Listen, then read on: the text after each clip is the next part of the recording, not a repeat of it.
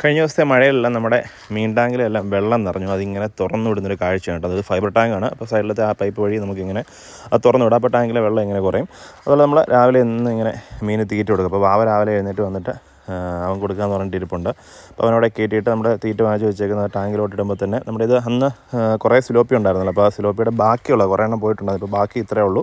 അപ്പോൾ അതിന് 2 ടാങ്കിലോട്ട് നമ്മൾ ചെറുതും വലുതായിട്ട് 2 ടാങ്കിലോട്ട് ആക്കിയിട്ടുണ്ട്. ഈ വലിയ ഫൈബർ ടാങ്കിൽ കുറച്ചെണ്ണം ഉണ്ട്, ഒരു 10-50 ഉണ്ട്. പിന്നെ താഴത്തെ സിമെൻറ്റ് ടാങ്കിലും ഉണ്ട് കുറച്ചെണ്ണം. അപ്പോൾ അത് ചെറുതായിട്ടൊക്കെ വളർന്നിട്ടുണ്ട്. അപ്പോൾ അതുകൊണ്ട് കുറേ എണ്ണം ഓവറായിട്ട് നമ്മൾ ഇട്ടുകൊണ്ട് പോയിട്ടുണ്ട്. അപ്പോൾ ഇതിൻ്റെ ഫുള്ള് മുകളിൽ കമ്പിയും നെറ്റും ഒക്കെ അല്ലാതൊക്കെ ഇട്ടേക്കാം. കാരണം ഇവിടെ ഇഷ്ടംപോലെ കൊക്ക്, പാടം സൈഡിലുണ്ട്, കൊക്ക് വന്ന് എപ്പോഴും ഉണ്ട്. വലയൊക്കെ കൊത്തി പൊട്ടിച്ചിട്ട് കൊത്തിക്കറി മീനൊക്കെ പിടിച്ചുകൊണ്ട് പോകാനുള്ള സാധ്യതയുണ്ട്. കുറേ വല ഇങ്ങനെ കൊത്തിക്കറി. അപ്പോൾ അതായിട്ട് നമ്മൾ കമ്പിയുടെ നെറ്റ് ഇട്ടിട്ടുണ്ട്. അപ്പോൾ അതിന് മുകളിലാണ് ഈ ഒരു നെറ്റ് ഇട്ടേക്കുന്നത്. ഇത് നമ്മുടെ 2ാമത്തെ ടാങ്കാണ്. അപ്പോൾ ഇതിനകത്ത് കുറേ ഉണ്ട്. ആദ്യം വാങ്ങിച്ച് ചെറിയ കുറേ സിലോപ്പി ഇതിനകത്തുണ്ട്.